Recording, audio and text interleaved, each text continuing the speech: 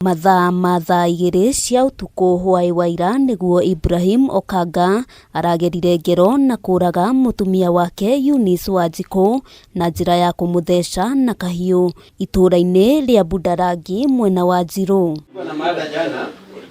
Kũringana na aikari a itũũra rĩrĩ, famĩlĩ ĩno ĩrakoretwo na ngucanio na igeria rĩao rĩa kũmahoreria rĩraringire ihiga, kuona Okanga nĩ aramarutagĩra mũkana wa kũmagera ngero wona mageria kũingĩra nyũmba yake, magĩtarĩria matireciragia ngucanio ĩyo ĩrarĩ ĩcũngĩrĩrie gĩkuũ. Jana mwendo wa saa 11 hivi ndio walianza vurugu, ni bibi na bwana.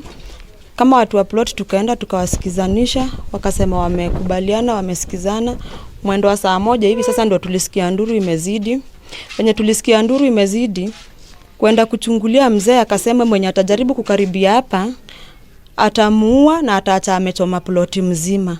Mimi nikaambia wenzangu badala tuende huko tupigeni nduru. Hiyo shida hata siku ile nilikuja hapa ilikuwa last week but one. Nikaongea nao, bibi akawachiliwa akaenda.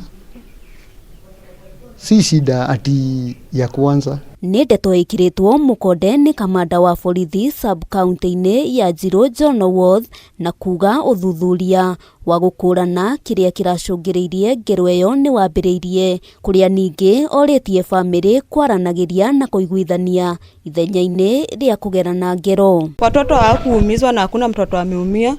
Firstborn wake wawili wako PP2, aka kengine akaanza kwenda shule. Relationships are not the same mpaka ikuwe na dukuduku, lakini tunasema kwamba watu waelewane tu. Ikifika kiwango sasa mpaka mtu auwe mwenzake, then watu wawachane, mtu aende zake.